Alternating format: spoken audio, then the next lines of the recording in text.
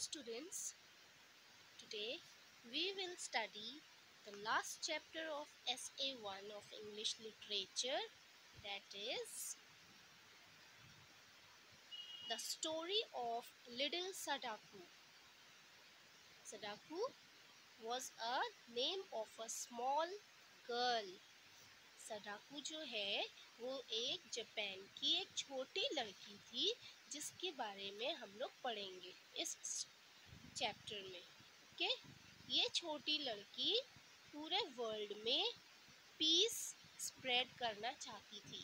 Okay, और वो किस तरह वो पीस स्प्रेड करना चाहती थी पूरे वर्ल्ड में, ये हम लोग आज इस चैप्टर में पढ़ेंगे। So the name of the chapter is The Story of Little Sadako.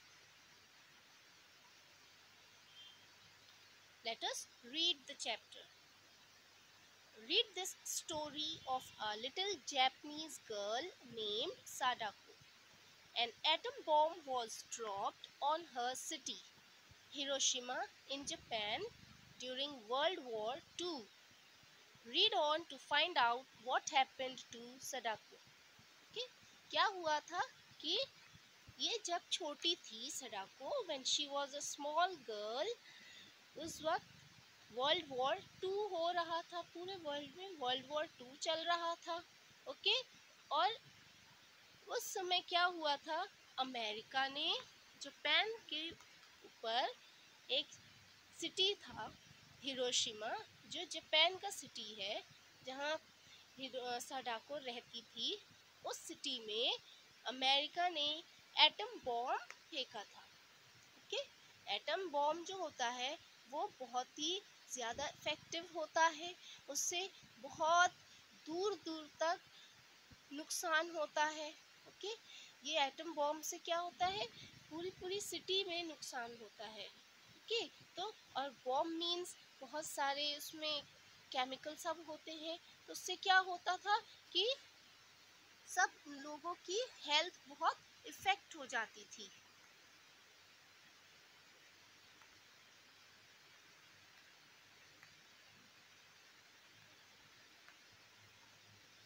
Okay, now let us read the chapter. First paragraph. In 1945, Japan and the United States of America were fighting against each other in war. In 1945, किस समय की बात है ये, 1945। In the year 1945 में क्या हुआ था, जापान और United states of America that is USA में फाइट हो रही थी। Okay, on 6 August 1945, the United States of America dropped an atom bomb on the city of Hiroshima in Japan. Okay?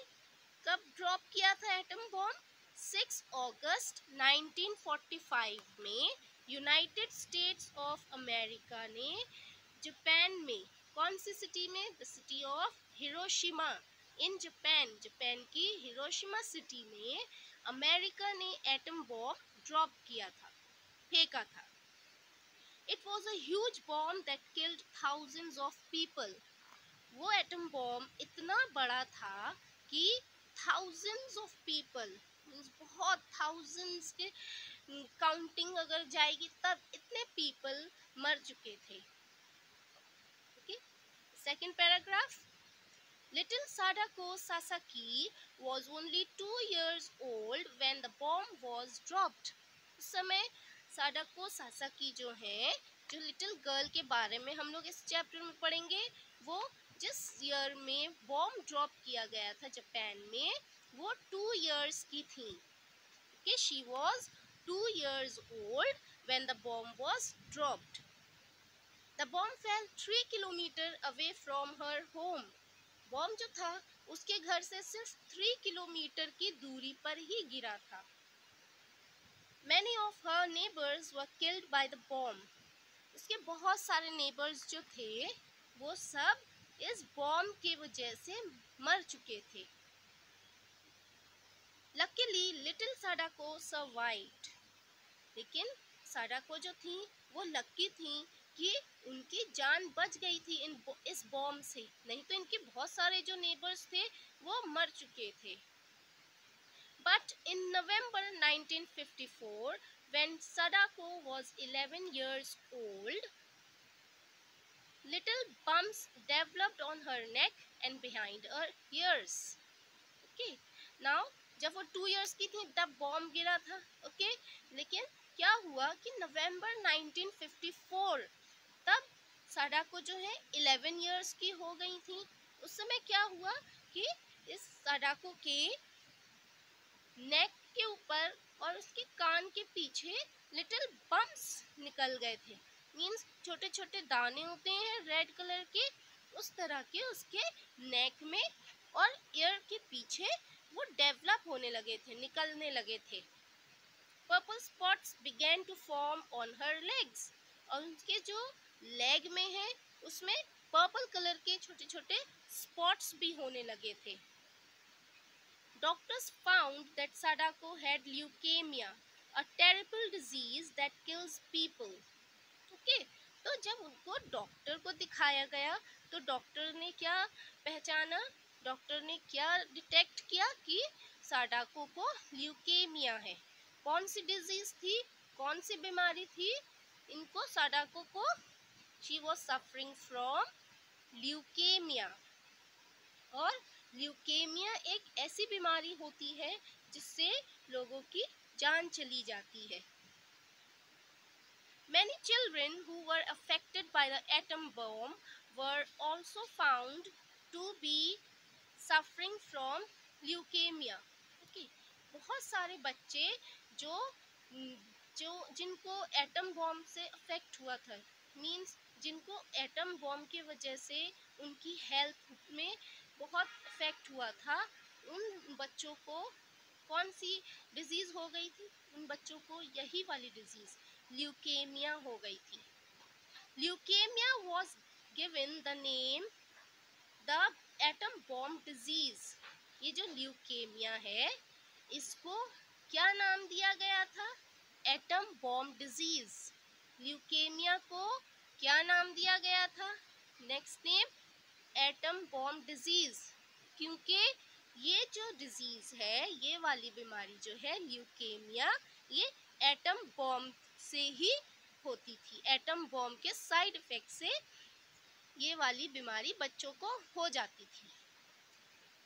The third paragraph, Sadako was admitted to a hospital. She had to stay there for many months. साडाको को क्या किया था, क्योंकि वो बीमारी बहुत बुरी तरह हो रही थी, साडाको को पूरे स्पॉट्स हो रहे थे उसके लेग्स में, गर्दन के कान के पीछे बम्प्स डेवलप हो रहे थे, तो उसको हॉस्पिटल में एडमिट करना पड़ा। She had to stay there for many months, और ये इस डिजीज के वजह से उसको हॉस्पिटल में 1 या 2 डेज नहीं, बल्कि उसको हॉस्पिटल में बहुत मंथ्स के लिए रहना पड़ रहा था। फॉर मैनी मंथ्स, यानी कि उसको हॉस्पिटल में बहुत ज़्यादा दिन रहना पड़ रहा था, क्योंकि ये बहुत ही डिजीज़ जो है बहुत किलिंग डिजीज़ थी, इससे लोग मर जाते थे। Okay, her mother said, Sadako, we Japanese believe that cranes can live up to 1,000 years. And if you fold 1,000 original cranes, your wish will be fulfilled. Sadako said, "Is that true, Mama?" Her mother replied, "It is true, dear.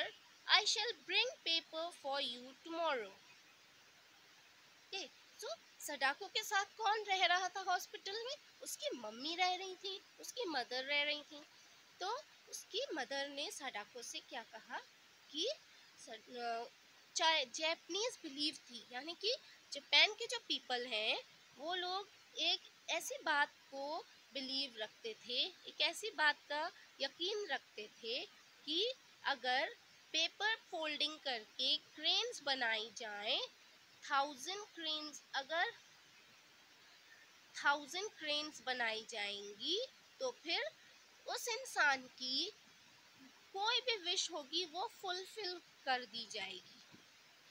Okay, उसकी mummy ने क्या कहा कि जो भी इंसान या कोई भी बच्चा अगर पेपर से क्रेन्स बनाएंगे, पेपर फोल्ड करके क्रेन्स बनाएंगे, हाउ मैनी 1000 क्रेन्स, जो भी बच्चा या कोई भी इंसान 1000 क्रेन्स बनाएगा पेपर फोल्ड करके, उसकी विश फुलफिल हो जाएगी। सडाको बहुत खुश हुई उसकी मम्मी की ये बात सुन के, और उसने मम्मी से अपने पूछा भी कि क्या ये सच है। उसकी मम्मी ने क्या कहा, yes dear it is true. और उसकी मम्मी ने प्रॉमिस भी करा कि सडाको के लिए वो नेक्स्ट डे दूसरे दिन पेपर ले आएंगी। The fourth paragraph. From then on, Sadako spent all her time making origami cranes. She said to her cranes, I will write peace on your wings and you will fly all over the world.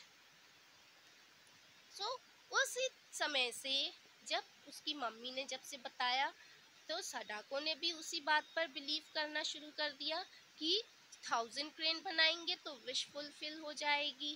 Okay, तो तब से सडाको ने क्या करा कि अपना time जो है वो कहाँ स्पेंड करती थी। सडाको अपना टाइम वो ओरिगेमी क्रेन्स बनाने में स्पेंड करती थी। Origami is a kind of a paper.